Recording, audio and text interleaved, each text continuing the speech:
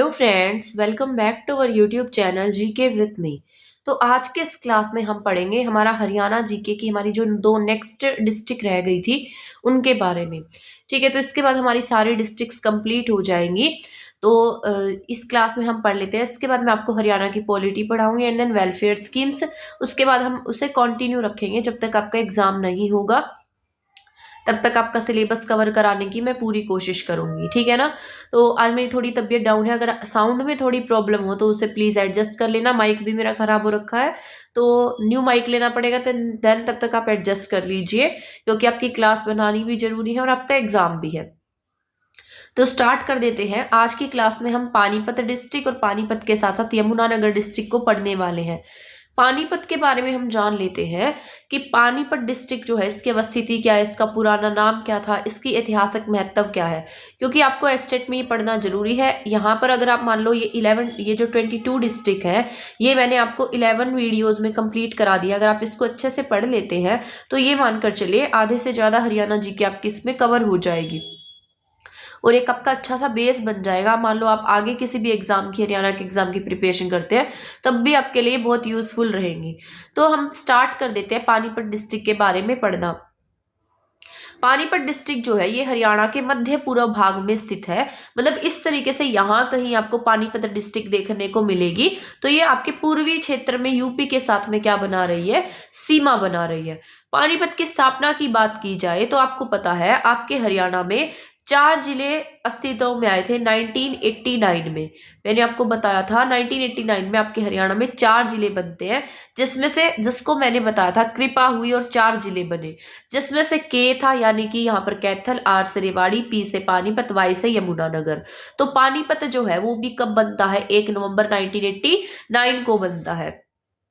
31 अक्टूबर 1989 तक करनाल का भाग था। मतलब यहाँ पर 1989 तक जो पानीपत है वो किसका हिस्सा था, करनाल का हिस्सा था। लेकिन बाद में इसको अलग से क्या बना दिया गया, एक इंडिपेंडेंट डिस्ट्रिक्ट बना दिया गया। अब अगर हम पानीपत के हेडक्वार्टर की बात कर लेते हैं तो पानीपत का हेडक्वार्टर भी कहाँ पर है, पानीपत में ही है। एरिया की बात करेंगे तो बहुत ज्यादा एरिया आपको तो नहीं देखने को मिलेगा, लेकिन 1200 प्लस के आसपास इसका एरिया है। अगर हम पानीपत के उपमंडल की बात कर लेते हैं तो पानीपत के जो उपमंडल है वो पानीपत है और इसके साथ साथ समालखा है। खंड की बात करेंगे तो पानीपत है, इसराना है, मतलोडा है, समालखा है, बापोली है।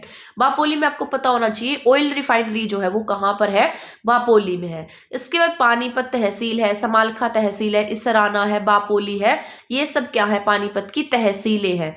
अगर हम उप तहसील की बात करते हैं तो यहाँ की उप तहसील मतलोडा है।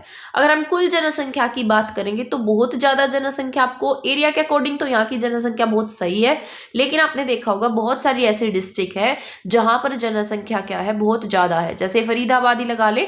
फरीदाबाद के बारे में मैंने आपको बताया था कि फरीदाबाद जो है वो सबसे कम एरिया है वहां का, लेकिन वहां जनसंख्या सबसे ज्यादा है। 18 लाख प्लस के आसपास वहां की जनसंख्या है। लेकिन हमने पानीपत में देखा है 1200 प्लस के आसपास का एरिया है, लेकिन यहाँ की जनसंख्या कितनी है, 12 लाख प्लस है। तो बहुत ज्यादा जनसंख्या आपको देखने को नहीं मिल रही है। अगर हम यहाँ की साक्षरता दर की बात करते हैं तो 77% यहाँ की क्या है, लिटरेसी रेट है। लिंगानुपात की बात करेंगे तो यहाँ का लिंगानुपात ज्यादा नहीं है, 861 ही है। तो बहुत कम लिंगानुपात है यहाँ का। जनसंख्या घनत्व की बात कर लेते हैं तो अच्छा खासा जन घनत्व है, 949 यहाँ का जन घनत्व है। अगर हम प्रमुख नदी की बात करेंगे तो यहाँ की प्रमुख नदी जो है यमुना है, क्योंकि आपको पता है इस तरीके से पानीपत जो है वो पूर्वी सीमा बना रहा है। तो इस तरीके से यहाँ पर जितने भी एरिया दिखेंगे आपको वो यमुना नदी के साथ में टच है। तो वैसे ही आपका पानीपत जो है वो उसमें की जो प्रमुख नदी की बात की जाए तो यमुना वहां की क्या है, प्रमुख नदी है। अगर हम प्रमुख खनिज की बात करें तो सल्फर यहाँ पर क्या पाया जाता है, अधिक मात्रा में सल्फर जो है वो पानीपत में प्रचुर मात्रा में पाया जाता है। अगर हम पानीपत की फसलों की बात करते हैं तो पानीपत में गेहूं है, इसके साथ साथ चावल है, चावल के साथ साथ गन्ना और सब्जियां पाई जाती है। तो ये सारे पॉइंट याद रखने हैं। पानीपत कब बना था, KRPY जब 4 डिस्ट्रिक्ट फॉर्मेशन में आए थे तब यहाँ पर 4 जिले बने। ठीक है, KRPY 1 नवंबर 1989 को 4 जिले बनते हैं, जिसमें से आपका पानीपत भी एक है। पानीपत की अगर जनसंख्या की बात करते हैं तो 12 लाख प्लस जनसंख्या है और एरिया भी इसका 1200 प्लस है। हेडक्वार्टर इसका पानीपत में ही है। साक्षरता दर की बात करेंगे तो यहाँ पर 77% साक्षरता है। लिंगानुपात 881 है। जनघनत्व यहाँ का 949 है। अगर हम प्रमुख नदी की बात करते हैं तो प्रमुख नदी यहाँ की यमुना है। प्रमुख खनिज की बात करेंगे तो गंधक यहाँ का प्रमुख खनिज है। अब हम पानीपत के प्राचीन नाम की बात कर लेते हैं या पुराने नामों की बात कर लेते हैं कि पहले पानीपत को किन नामों से जाना जाता रहा है। तो पानीपत को सबसे पहले तो आपको याद होना चाहिए, इसे पानप्रस्थ या पाणप्रस्थ के नाम से जाना जाता था। ये महाभारत कालीन पानीपत का नाम है, ठीक है ना। तो पानीपत का पुराना नाम, सबसे प्राचीन नाम पानप्रस्थ था या पाणप्रस्थ था, ठीक है, ये याद रखना है। इसके बाद इसे बुनकरों का शहर कहा जाता है या फिर हम इसे इंग्लिश में वीवर सिटी भी कह देते हैं, क्योंकि आपको पता है यहाँ पर बुनाई की जाती है, हाथों से कपड़े बनाए जाते हैं। तो यहाँ पर सूती कपड़े का काम है, एक तरीके से यहाँ पर फैक्ट्री है जहाँ पर बुनाई करके कपड़ों को सिया जाता है। इसके बाद यहाँ पर है पेट्रोकेमिकल हब, ये भी याद रखना है। और युद्धों का अखाड़ा इसे को कहा जाता है, क्योंकि आपको पता है पानीपत में बहुत सारी लड़ाइयाँ लड़ी गई हैं, इसलिए पानीपत को युद्धों का अखाड़ा कहा जाता है। आई होप यहाँ तक का समझ में आ गया होगा आपको। इसके बाद हम इसके इतिहास की बात कर लेते हैं। तो यहाँ 1 नवंबर 1989 को इसको करनाल जिले से अलग करके पानीपत की स्थापना की गई थी। इसके बाद ना ये एक ऐसी डिस्ट्रिक्ट है, पानीपत जो है आपकी एक ऐसी डिस्ट्रिक्ट है जिसको पहले तो अलग कर दिया गया, मान लो 1989 में इसको अलग कर दिया करनाल से, लेकिन फिर बाद में पता नहीं सरकार के दिमाग में क्या आया, उन्होंने फिर से इसको किस में मिला दिया, करनाल जिले में मिला दिया। 1989 में इसको अलग करके नया डिस्ट्रिक्ट बनाया गया था, लेकिन इसके 2 साल बाद 1991 में इसको फिर से किस में मिला दिया, करनाल जिले में मिला दिया। लेकिन फिर से दिमाग फिरा, 1 साल बाद इसको फिर से क्या कर दिया, अलग कर दिया। तो आज भी क्या है, पानीपत आपकी अलग ही डिस्ट्रिक्ट है। तो पानीपत क्या है, आज करनाल का हिस्सा नहीं है, ये अपनी खुद की पहचान रखता है, यानी कि इसकी खुद का नाम है डिस्ट्रिक्ट में। तो यहाँ तक का समझ में आ गया आपको। 1989, 1991 और 1992 ये 3 ईयर्स आप याद रखेंगे। इसके बाद हम नेक्स्ट पॉइंट पर चलते हैं। पानीपत जो है महाभारत के समय में पांडव भाइयों के द्वारा स्थापित 5 शहरों में से एक था। आपको पता होना चाहिए जो पांडव थे उन्होंने ना पहले बहुत सारे जंगल थे उनको साफ करके 5 सुंदर सुंदर शहर बसाए थे, जिसमें से 2 आपके हरियाणा के थे, जैसे पानप्रस्थ है, जैसे सोनप्रस्थ था, जैसे इंद्रप्रस्थ था, तिलपत था, बागपत था। ये 5 शहर थे। इसमें से 2 यूपी के थे, एक दिल्ली था और 2 आपके हरियाणा के थे। तो यहाँ पर ये जो पाणप्रस्थ है ये किसके द्वारा बसाया गया था, पांडवों के द्वारा साफ सुथरा करके बसाया गया था, इसलिए इसका ऐतिहासिक नाम क्या रख दिया, पांडव प्रस्थ भी इसको कहा हमने, क्योंकि पांडवों से रिलेटेड था। इसके बाद हरियाणा के मध्य पूर्व में पानीपत जिला स्थित है। तो मैंने ये आपको बता दिया है, हरियाणा जो है पानीपत जो है वो कहाँ पर आपके पूर्व में है, तो मध्य पूर्व में, यहाँ पर इस तरीके से मिडल पार्ट में और यहाँ पूर्व दिशा में लगता है। इसके पूर्व में ये देखो यहाँ पर अब ये क्या है, यूपी है, यूपी के साथ सीमा बना रहा है। उत्तर में क्या है, इसके पूर्व पश्चिम उत्तर में इसके करनाल डिस्ट्रिक्ट है, पश्चिम में इसके जींद जिला है, यहाँ पर इसको जींद जिला टच करता है और यहाँ इसके सोनीपत है। तो ये इसकी लोकेशंस है। जैसे सबसे पहले तो पूर्व की बात करेंगे तो पूर्व में यूपी के साथ सीमा बना रहा है, उत्तर की बात करें ऊपर की तरफ बात करें तो करनाल के साथ में है, पश्चिम की बात करेंगे तो जींद जिला है और अगर हम दक्षिण की बात करते हैं तो सोनीपत जिले के साथ में ये सीमा साझा करता है। हैंडलूम में किसका नाम है, तो हैंडलूम के काम में भी पानीपत का नाम है। महाभारत के युद्ध के समय जिन गांवों को पांडवों ने दुर्योधन से मांगा था वो कौन सा था, पाणप्रस्थ था, क्योंकि ना ये बसाया किसने था, ये बसाया तो पांडवों ने था, लेकिन वह शासन कौन करने लगा, दुर्योधन। तो ये पांडव क्या चाहते थे कि हमारे द्वारा जो बसाए गए 5 गांव हैं वो दुर्योधन हमें वापस दे दे। तो ये जो गांव मांगा गया था ये कौन सा था, आपका पाणप्रस्थ था। यहाँ पानीपत में ना पानीपत की 3 लड़ाइयां बहुत ज्यादा फेमस है, आप सभी को पता है। पानीपत की पहली लड़ाई, पानीपत की दूसरी लड़ाई और पानीपत की तीसरी लड़ाई। ये बहुत ज्यादा इंपॉर्टेंट है और आपको याद भी रखनी है, क्योंकि आपके एग्जाम में इसमें से क्वेश्चन आने के चांसेस है। हर बार इसमें से क्वेश्चन आता है तो आपको याद रख लेना है। तो अगर हम पानीपत की लड़ाइयों की बात करते हैं तो पानीपत में 3 लड़ाइयाँ हुई थी, जिसमें से पहली लड़ाई आप सभी को पता है 1526 में हुई, अप्रैल 1526 के आसपास हुई थी ये।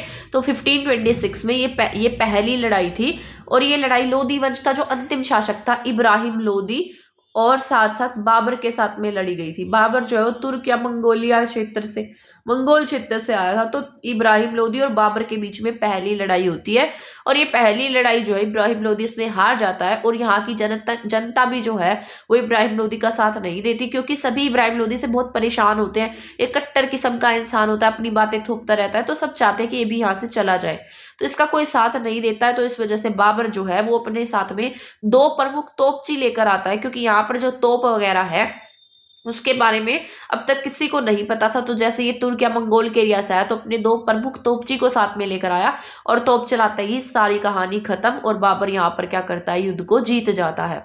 ठीक है ना। तो पहली लड़ाई कौन जीतता है पानीपत की? बाबर। और किस किस के बीच में होती है? इब्राहिम लोदी और बाबर के बीच में 1526 में ये लड़ाई होती है। इतना याद हो गया होगा आपको, मुझे ऐसी उम्मीद है आपको समझ में आ गया होगा यहाँ तक। इसके बाद हम नेक्स्ट पॉइंट पर चलते हैं, पानीपत की दूसरी लड़ाई। पानीपत की दूसरी लड़ाई जब होती है तो 5 नवंबर 1556 को दूसरी लड़ाई होगी। ये हेमचंद्र विक्रमादित्य और इसके साथ साथ अकबर के साथ में ये लड़ाई होगी। ठीक है। जो हेमचंद्र है वो दिल्ली का अंतिम हिंदू सम्राट कहा जाता है। इसको हेमू भी कहा गया है, विक्रमादित्य भी कहा गया है। ठीक है ना। तो पहले ये सेनापति होता है लेकिन बाद में क्या बन जाता है, शासक बन जाता है। अकबर के साथ में इसकी लड़ाई होती है। जब अकबर बाहर से आता है तब अकबर यहाँ पर आकर देखता है, अकबर के साथ में इसका एक संरक्षक आता है जिसका नाम होता है बैरम खान। तो बैरम खान के साथ जैसे ये यहाँ पर आएगा तो बैरम खान की जो हेमू जो है अकबर तो ऐसे ही बैठा था, बच्चा सा था उस समय में। असली लड़ाई कौन कर रहा था? बैरम खान कर रहा था। तो यहाँ पर जो हेमचंद्र है उसकी आंख में एकदम से तीर लगता है। तीर लगने की वजह से वो नीचे गिर जाता है और नीचे गिरते ही जो बैरम खान है उसका गला काट देता है। ठीक है। तो इतना ऐसे जो ये है ये युद्ध को जीत जाते हैं। और अकबर का जो राज्याभिषेक है वो 14 साल की उम्र में होता है, आपके हरियाणा के कलानौर में। कलानौर आपके रोहतक में है। ठीक है। तो सेकंड लड़ाई आपको समझ में आ गई। अब हम थर्ड लड़ाई पर चलते हैं, पानीपत की तीसरी लड़ाई। अगर हम पानीपत की तीसरी लड़ाई की बात करते हैं तो ये 14 नवंबर 1761 को लड़ी जाती है। यह लड़ाई मराठों के बीच में और शासक अहमद शाह अब्दाली के बीच में होती है। अब आप पूछेंगे मराठे यहाँ पर कहाँ से आ गए? तो जैसे 1803 में सूरजयंजन गांव की संधि होती है तो उसके बाद में ये जो एरिया है, पहले यहाँ पर मराठे ही शासन कर रहे थे, तो उसके बाद कुछ एरिया ना, वैसे तो अंग्रेजों का वर्चस्व था लेकिन यहाँ पर कुछ शासक जो थे वो मराठा अभी भी यहाँ पर अपनी सत्ता को बनाए हुए थे। तो इनके बीच में क्या होती है, लड़ाई होती है और मराठों के बीच और अहमद शाह अब्दाली के बीच में लड़ाई होती है।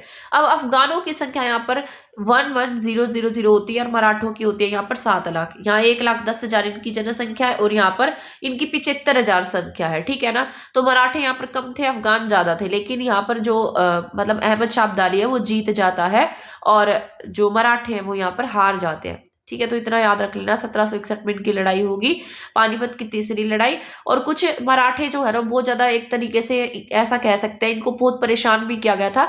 जैसे अपनी सेना को लेकर ये यमुना के पास में आ रहे थे, मतलब यमुना नदी लगती थी, तो वहां पर ऐसा कहा जाता है कि इनको खाने की कमी हो गई, पानी सूख गया नदियों में, इसकी वजह से इनकी सेना जो है उसको बहुत ज्यादा दुख सहन करना पड़ा। जब ये वापस, और इसके बाद जब ये युद्ध हार जाते हैं और जब ये अपना सामान लेकर जा रहे होते हैं तो रास्ते में जो लुटेरे हैं वो भी इन्हें लूट लेते हैं। तो इस वजह से बहुत ज्यादा सफर करना पड़ता है इनको। तो अहमद शाह अब्दाली यहाँ पर जीत जाता है और मराठी तीसरी लड़ाई में हार जाते हैं। तो पानीपत की 3 लड़ाई आपको याद रख लेनी है, एक 1526 वाली पहली, फिर 1556 वाली दूसरी एंड तीसरी 1761 वाली। ठीक है। तीनों याद रख लेना। इसके बाद अगर हम यहाँ पर अगर सूफी संत की बात करते हैं तो यहाँ पर सूफी कमाल मोहम्मद अफजल, ये क्या थे, यहाँ के सूफी संत शायर थे। इनकी मृत्यु हो जाती है 1623 में। उर्दू के प्रसिद्ध शायर कहे जाते हैं जो पानीपत से बिलोंग करते थे, सूफी कवि मोहम्मद अफजल। इसके बाद आप सभी जानते हैं अल्ताफ हुसैन हाली जी को, ये यहीं पर मतलब पानीपत में ही जन्मे थे, तो ये आपको याद रखना है अल्ताफ हुसैन हाली। इनके बारे में आगे मैंने लिखा है डिटेल के साथ में, इनकी रचनाएं भी लिखी है। ठीक है ना। तो ये याद रखना है अल्ताफ हुसैन हाली। यहाँ पर आपको पता है हरियाणा में अल्ताफ हुसैन हाली जी के नाम पर पुरस्कार भी दिया जाता है। बहुत अच्छे उर्दू गायक थे, मतलब बहुत अच्छे उर्दू, ये एक तरीके से शायर थे, बहुत अच्छी रचनाएं लिखते थे। इसके साथ साथ यहाँ पर संत बू अली शाह कलंदर की दरगाह भी है। ऐसा कहा जाता है बू अली शाह कलंदर पानीपत में पैदा हुए थे। पानीपत के क्रांतिकारी मौलवी कलंदर ने, ये याद रखना इमाम कलंदर नाम था इनका, 1857 की क्रांति में अंग्रेजों के विरुद्ध खड़े हुए थे और मतलब उनके खिलाफ लड़ते लड़ते फांसी पर चढ़ गए थे। तो इमाम अली कलंदर। तो आपसे पूछा जा सकता है 1857 की क्रांति का नेतृत्व जो है वो हरियाणा में किसने किया है, तो आप क्या टिक करेंगे, इमाम अली कलंदर ने किया है। पानीपत को बुनकर नगरी या फिर फिर वीवर सिटी के नाम से भी ठीक है। तो अब हम यहाँ पर नेक्स्ट पॉइंट पढ़ लेते हैं। पानीपत को क्या कहा जाता है? बुनकर नगरी यानी कि वीवर सिटी के नाम से भी हम जानते हैं।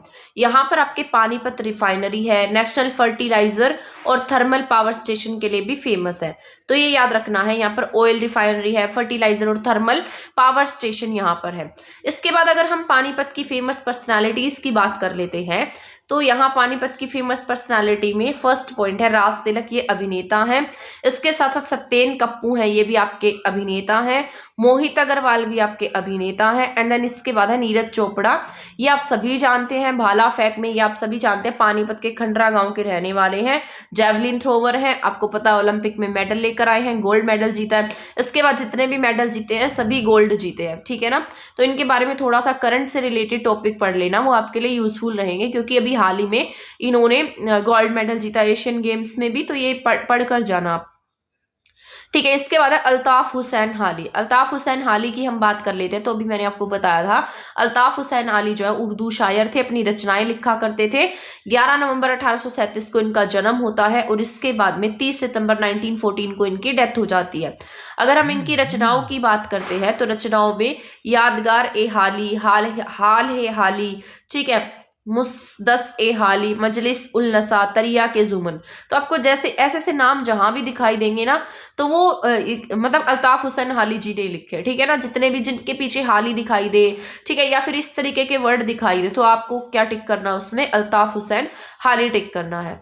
इसके बाद 1904 में हाली जी को शम्स ए उलेमा की उपाधि मिली थी। तो ये भी इंपॉर्टेंट आपसे पूछा जा सकता है, उस अल्ताफ हुसैन हाली को शम्स ए उलेमा की उपाधि से कब सम्मानित किया गया? तो 1904 में इनको इससे सम्मानित किया गया था। जसवीर सिंह कबड्डी खिलाड़ी हैं जो पानीपत के रहने वाले हैं। देशबंधु गुप्त जो है हरियाणा को इन्होंने अलग करने की क्या कही थी? बात कही थी। तो ये आपका क्या हो जाता है? इंपॉर्टेंट हो जाता है, ठीक है ना। इसके बाद हम पढ़ लेते हैं पानीपत के कुछ प्रमुख मंदिरों के बारे में। जैसे यहाँ पर दादा पोता का मंदिर फेमस है, यहाँ पाथरी माता का मंदिर फेमस है, दिगंबर जैन मंदिर फेमस है। देवी तालाब मैंने आपको बताया था, जब मैंने आपको जींद डिस्ट्रिक्ट पढ़ाई थी ना, तब मैंने इसके बारे में डिस्कस किया था आपके साथ में। तो देवी तालाब मंदिर की बात करें तो मराठा सरदार मंगल रघुनाथ ने इसको क्या किया था? बनवाया था, ठीक है। तो मैंने आपको एक ट्रिक से बताया था, देवी किससे शादी करेगी? नाथ से शादी करेगी। लेकिन रानी किससे शादी करेगी? वीर से शादी करेगी। तो रानी तालाब जो है वो रघुवीर ने बनवाया है और देवी तालाब रघुनाथ ने बनवाया है, दोनों में डिफरेंस है।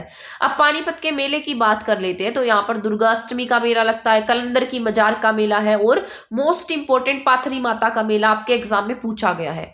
अगर हम पानीपत की मस्जिदों की बात करते हैं तो यहाँ काबुली बाग है, ये मोस्ट इंपोर्टेंट है आपका काबुली बाग। मतलब मेरा ना ऐसा मन करता है, मतलब मुझे बहुत बार ऐसा होता है कि मुझे ना एक तरीके से मेरा ऐसा मन है कि मैं जितने भी हिस्टोरिकल प्लेस है ना सब जाकर देख कर आऊं। पता नहीं ऐसा क्यों है, मुझे हिस्टोरिकल प्लेस देखने का बहुत शौक है। तो अभी यहाँ जो ये तो हमारे हरियाणा में ही है, हम हरियाणा में ही नहीं घूमे तो हरियाणा से बाहर कहाँ जाएंगे। तो जैसे काबुली बाग है, ये भी हिस्टोरिकल प्लेस है, यहाँ भी आप जा सकते हैं। तो काबुली बाग जो है वो किसने बनवाया था? बाबर ने। जब बाबर पहली लड़ाई जीता था पानीपत की, उसको जीतने के बाद उसने अपनी बेगम की याद में, बेगम मुसम्मद नाम था उनका, उनकी याद में इस काबुली बाग मस्जिद का निर्माण कराया था। और ऐसा कहा जाता है ये मस्जिद जो है काले पत्थर से बनी हुई है, इस पर कुरान की आयतें लिखी हुई है और इसका जो मुख है वो मक्का मदीना की तरफ खुलता है। तो ये आपको इंपॉर्टेंट है, याद रख लेना है, तो ये याद रखिएगा। इसके बाद पानीपत की मजारों की बात करते हैं तो यहाँ पर अली शाह कलंदर, शेख अनाम उल्ला, मीरा अली शाह कलंदर हाली की दरगाह है, ठीक है। तो अली शाह कलंदर की दरगाह, बू अली शाह कलंदर है, ये बू अली शाह कलंदर की दरगाह है। शेख अनाम उल्ला की दरगाह है, गोश अली शाह कलंदर की दरगाह है और हाली की दरगाह है, ठीक है। क्योंकि आपको पता होना चाहिए पानीपत जो है, मतलब जैसे आपके मेवात है, मेवात में सबसे ज्यादा मुस्लिम रहते हैं, ठीक है ना। इसके बाद अगर सेकेंड नंबर पर अधिक मुस्लिम की बात की जाए तो आपके पानीपत में रहते हैं, ठीक है। तो ये आपको याद रख लेना है। इसीलिए आपको यहाँ पर देखने को मिल रहा होगा कि यहाँ पर मतलब मस्जिद ज्यादा है, मकबरे ज्यादा है, मजारे ज्यादा है, और वैसे भी ये हिस्टोरिकल प्लेस रहा है। तो आपको पता है मुगल काल में भी इसकी इंपॉर्टेंस थी, तभी यहाँ पर आपको सारी मस्जिद, मकबरे, ये सब देखने को मिल रहा है। तो पानीपत की मजार मैंने अभी आपको बताई है, बू अली शाह कलंदर, शेख अनाम उल्लाह, गोस अली शाह कलंदर और हाली की दरगाह। यहाँ मकबरे की बात करते हैं तो आपको पता है इब्राहिम लोदी का मकबरा यहाँ पर है, क्योंकि ये पानीपत की पहली लड़ाई भी यहाँ पर हार गया था और मारा गया था। प्रमुख स्थानों की बात करेंगे तो ऐसा कहा जाता है एशिया की सबसे बड़ी जो रिफाइनरी है वो आपके पानीपत में है। आई होप यहाँ तक समझ में आया होगा आपको। इसके बाद अगर हम तापीय विद्युत केंद्र की बात करें तो यहाँ पर क्या है, तापीय विद्युत केंद्र है, पावर स्टेशन मैंने आपको बताया था। यूरिया संयंत्र, फर्टिलाइजेशन जो संयंत्र है वो यहीं पर है, ठीक है। फर्टिलाइजर्स से रिलेटेड जो संयंत्र है वो यहीं पर है। कैप्टिव विद्युत संयंत्र जो है वो भी यहाँ पर है, ठीक है। ये फर्टिलाइजर है, तो विद्युत संयंत्र कैप्टिव जो इलेक्ट्रिसिटी को कंट्रोल करने का काम करेगा वो आपके पानीपत में है। कृत्रिम रबड़ बनाने का जो कारखाना है वो भी कहाँ है, आपके पानीपत में है। अब हम पानीपत के संग्रहालय की बात कर लेते हैं, तो यहाँ पर पानीपत संग्रहालय है। जैसे बैटल ऑफ जब पानीपत की लड़ाई हुई थी तो यहाँ पर जो एक मेमोरी के रूप में यहाँ पर तीनों लड़ाइयों से जो भी पुरातात्विक जो सामान मिला उन सबको कहाँ रखा गया, पानीपत संग्रहालय में रखा गया है, तो इसलिए आपका इंपोर्टेंट हो जाता है। इसके साथ साथ यहाँ पर काला अम्ब है। काला अम्ब आपसे पूछा जाए काला अम्ब स्थान कहाँ पर है तो आप पानीपत टिक करेंगे। 70,000 मराठों के बलिदान की कहानी सुनाता है। तो मुझे ना पता नहीं क्यों ऐसे प्लेस देख कर ऐसे मन करता है कि मुझे यहाँ पर जाना चाहिए। तो जैसे काला अम्ब है, ठीक है, जैसे आपके अभी मैंने बताया काबुली बाग है, और बहुत सारे प्लेसेस है पानीपत में। तो जैसे जहाँ भी हिस्टोरिकल प्लेस है या जो हिस्ट्री से रिलेटेड रहा है उसको देखने का पता नहीं क्यों ऐसे मन सा कर जाता है, पढ़ने के बाद ऐसा लगता है कि यहाँ जाना चाहिए। जैसे काला अम्ब है, काला अम्ब जो है वो यहाँ पर 70,000 मराठों के बलिदान की कहानी सुनाता है। सालारगंज गेट है यहाँ, ये त्रिपोलिया दरवाजा प्राचीन आबादी का प्रवेश द्वार कहा जाता है। हैदराबाद का ये निजाम था। पाथरी बाता का मेला लगता है यहाँ पर, जैसे चैत्र और आषाढ़ में प्रत्येक बुधवार को यहाँ क्या लगता है, पाथरी बाता का मेला कहाँ पर लगता है, पानीपत में। तो ये आपका मोस्ट इंपोर्टेंट है, आपको बहुत अच्छे से याद रखना है। पानीपत का नाम ऐसा भी कहा जाता है कि जो महर्षि पाणी थे इनके नाम पर पानीपत का नाम रखा गया। देश का जो पहला सल्फर प्लांट है वो भी कहाँ पर है, पानीपत में है। 75% जो सैनिकों के कंबल है उसकी आपूर्ति कौन करता है, पानीपत करता है। इसके साथ साथ पानीपत में 22 जनवरी 2015 को बेटी बचाओ और बेटी पढ़ाओ अभियान की शुरुआत की गई, ठीक है। सुकन्या समृद्धि खाता योजना की शुरुआत कहाँ से की गई है, पानीपत से। ये मैं आपको वेलफेयर स्कीम्स में कंप्लीट पढ़ा दूंगी, इस पे टेंशन मत लेना, ठीक है। तो आपको ये अच्छे से कर लेना है। पानीपत का पचरंगा अचार बहुत ज्यादा फेमस है। पानीपत में 20 एनर्जी पार्क है, जिसमें से जो पहला जिला ऊर्जा पार्क है वो कहाँ पर, आपके पानीपत के नोथला गांव में है।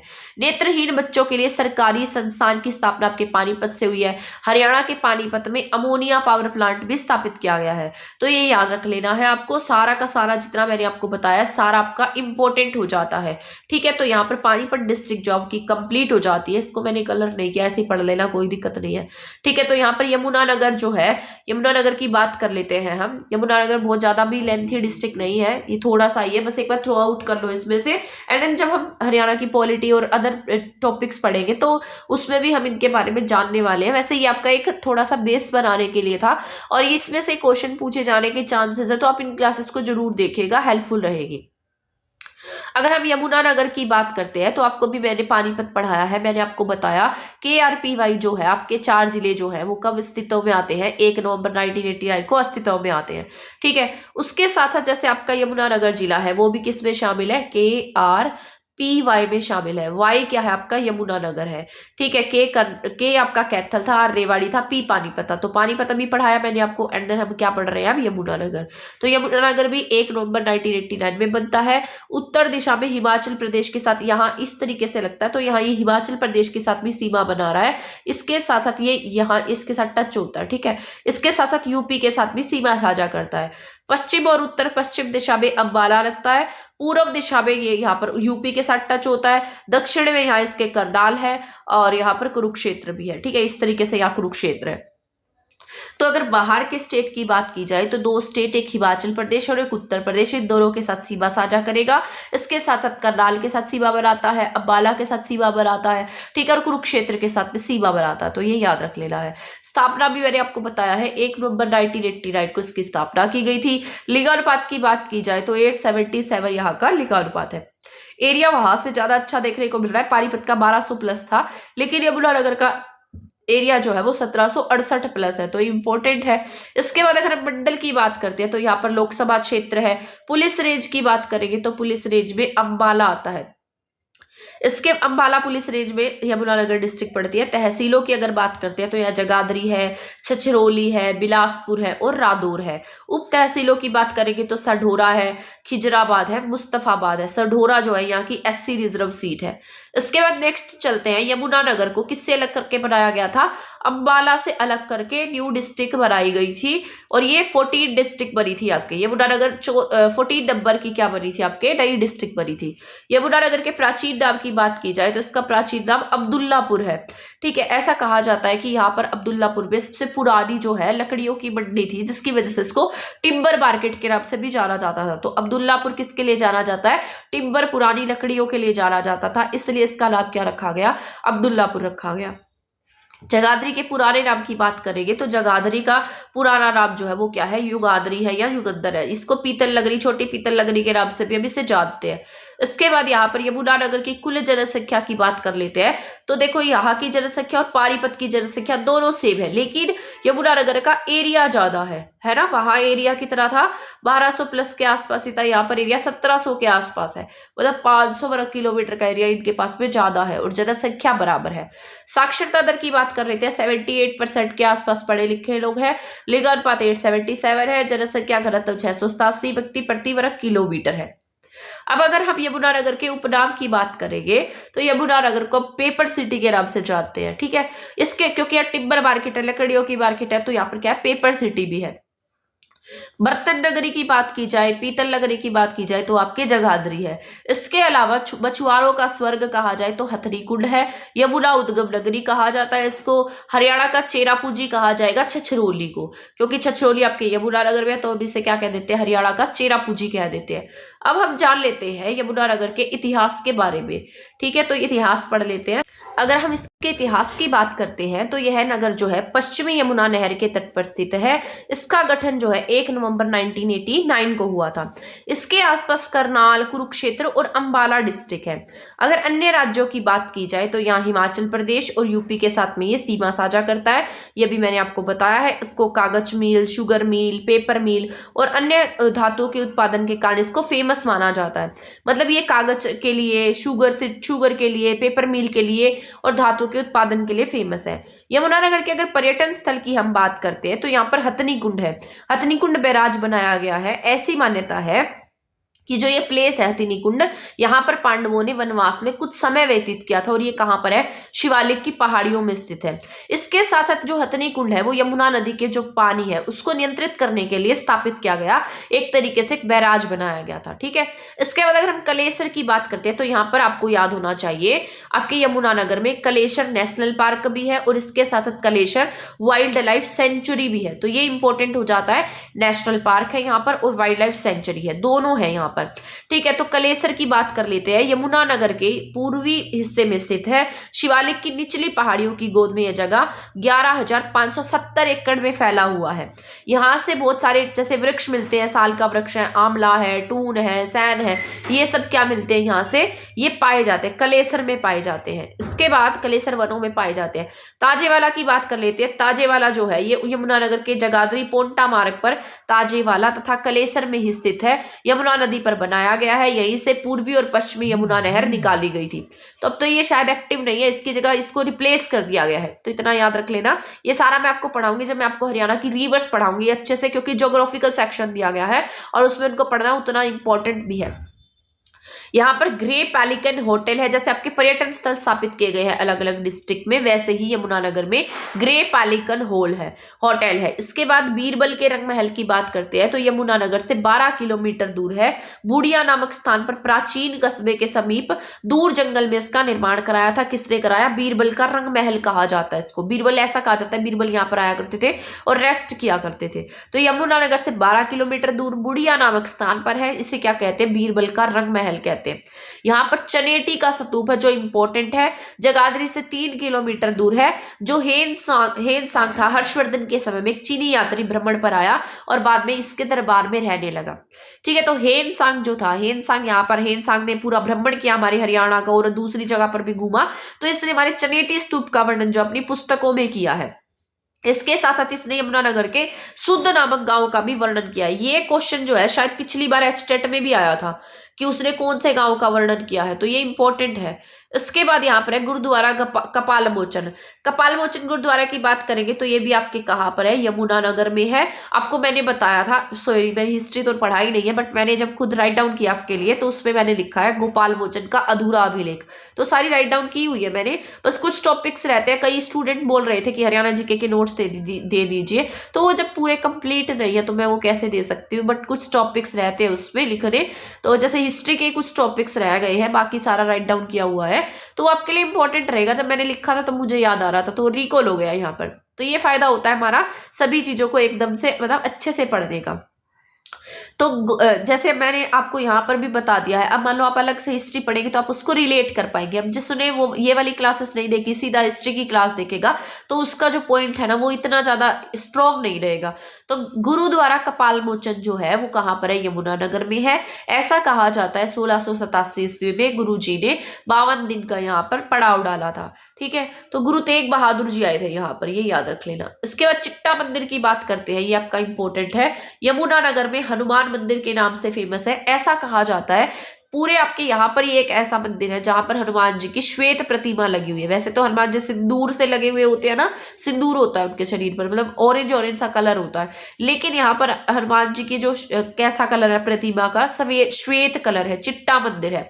ऐसा कहा जाता है जो अर्जुन है उनको यहाँ पर जो है, जब वो जा रहे थे तो अपने उसके ऊपर व्हाइट जो है मतलब हनुमान जी की प्रतिमा दिखाई दी थी। उसके बाद यहाँ पर एक मंदिर स्थापित किया गया जिसका नाम था चिट्टा मंदिर। ये किसके नाम से जाना जाता है, इसके साथ साथ गंगानंद गिरी जी की तपोस्थली के नाम से भी इसको हम जानते हैं। तो चिट्टा मंदिर यमुनानगर में है। आदि बद्री की बात की जाए तो आदि बद्री मंदिर जो है यमुनानगर जिले में बिलासपुर के उत्तर में है। शिवालिक की पहाड़ियों के समीप पौराणिक गांव है। स्थान की बात करेंगे तो सरस्वती नदी का क्या है, ये उद्गम भी माना जाता है। इसके साथ साथ यहाँ पर बन संतोर है। बन संतोर जो है राजा शांतनु से रिलेटेड है, एक स्थान है। ये हाथियों के पुनर्वास से भी रिलेटेड है जो यमुनानगर में है। इसके बाद कलसिया रियासत का किला कहा जाता है। कलसिया रियासत जो है वो कहाँ की है, यमुनानगर की है। तो ये इंपॉर्टेंट हो जाता है, आपसे पूछा जा सकता है कलसिया रियासत कहाँ की है, तो कहाँ की है ये आपके यमुनानगर की है। यमुनानगर में पोंटा साहिब मार्ग पर स्थित यह किला अंग्रेजों ने पंजाब के सरदार रणजीत सिंह और सरदार सिंह को इनाम के रूप में दिया था। तो ये याद रख लेना है। यह किला जो है इसको क्या कहा जाता है, रानी की खिड़की भी कहा जाता है। इसके बाद नेक्स्ट पॉइंट है यहाँ के प्रमुख उद्योग धंधे पढ़ लेते हैं हम, कुछ इंपॉर्टेंट पॉइंट पढ़ लेते हैं। इसके बाद हमारी यमुनानगर डिस्ट्रिक्ट कंप्लीट हो जाएगी एंड देन नेक्स्ट क्लास करेंगे हम पॉलिटी की। यहाँ पर बल्लारपुर पेपर मिल 1929 है। सरस्वती शुगर मिल की स्थापना की गई है। तो बल्लारपुर पेपर मिल की स्थापना आपसे पूछी जाए तो कब की गई थी, 1929 में। इसके बाद अगर सरस्वती शुगर मिल की स्थापना की बात की जाए तो यहाँ पर 4 साल बाद यानी कि 1933 में। भारत स्टार्च लिमिटेड 1938 में, यानी कि 5 साल बाद 1938 में। ठीक है, 3 याद रखना। पहले बल्लारपुर पेपर मिल 1929, उसके 4 साल बाद सरस्वती, उसके 5 साल बाद क्या बनी है, Bharat starch chemical limited. Yamuna gas limited की बात की जाती है तो ये अलग है, 1973 में इसको स्थापित किया गया था। बिल्ट स्टेडियम की बात की जाए तो ये भी कहाँ आपके यमुनानगर में है। यमुनानगर में छछरौली का किला है, बूढ़िया का किला है, साढौरा का किला है। ठीक है, तो ये याद रख लेना। अगर यमुनानगर के व्यक्तियों की बात की जाए तो संजीव राजपूत, कंवरपाल गुर्जर जो एमएलए बनते हैं यमुनानगर से, जगाधरी से, दीपिका ठाकुर, सुनील दत्त यहाँ के फेमस पर्सनैलिटी है। मंदिरों की बात की जाए तो मैंने अभी आपको बताया चिट्टा मंदिर है, यहाँ आदि बद्री है, कपाल मोचन है और श्री कालेश्वर मंदिर है यहाँ पर। ठीक है, इसके साथ साथ टिम्बर मार्केट यमुनानगर को कहा जाता है। हाथी पुनर्वास सेंटर कहाँ पर है, बन संतोर में है और ये यमुनानगर में है। चौधरी देवीलाल प्राकृतिक पार्क की बात की जाए, चूपुर यमुनानगर में है। टोपरा अभिलेख है। एशिया की सबसे बड़ी लाइवलीहुड मार्केट जो है, प्लाईवुड मार्केट जो है यानी लकड़ियों की मार्केट जो है वो कहाँ पर है, यमुनानगर में है। ठीक है, तो यहाँ तक की जो आपकी यमुनानगर डिस्ट्रिक्ट थी और इसके साथ साथ पानीपत डिस्ट्रिक्ट थी मैंने कंप्लीट करा दी है। और आपकी 11 डिस्ट्रिक्ट जो है, सॉरी 22 डिस्ट्रिक्ट जो है वो कंप्लीट हो चुके हैं हमारी 11 क्लासेस में।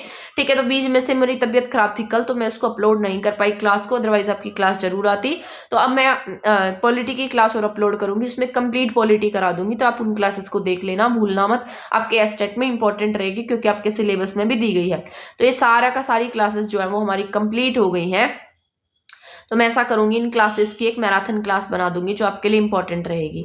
ठीक है, तो तो मिलेंगे नेक्स्ट क्लास में नेक्स्ट टॉपिक के साथ। तब तक आप हमारे चैनल के साथ बने रह सकते हैं। अगर आपने हमारा चैनल सब्सक्राइब नहीं किया तो आप इसे सब्सक्राइब भी कर सकते हैं, वीडियो को शेयर नहीं किया तो शेयर भी कर सकते हैं। ठीक है, तो 22 डिस्ट्रिक्ट जो इनको अच्छे से पढ़ लेना, शायद आपके एग्जाम में इसमें से कुछ आ जाए, क्योंकि मैंने सारे जो बेस आपका वो क्लियर कर दिया इन क्लासेस से। अब आपका एक अच्छा खासा बेस बन गया होगा, आपको पता होगा कौन से डिस्ट्रिक्ट में क्या क्या है। एंड देन अब मैं आपको इसको सेपरेट तरीके से पढ़ाने वाली हूँ। तो मिलेंगे नेक्स्ट वीडियो में, तब तक चैनल के साथ बने रहिए। थैंक यू, धन्यवाद।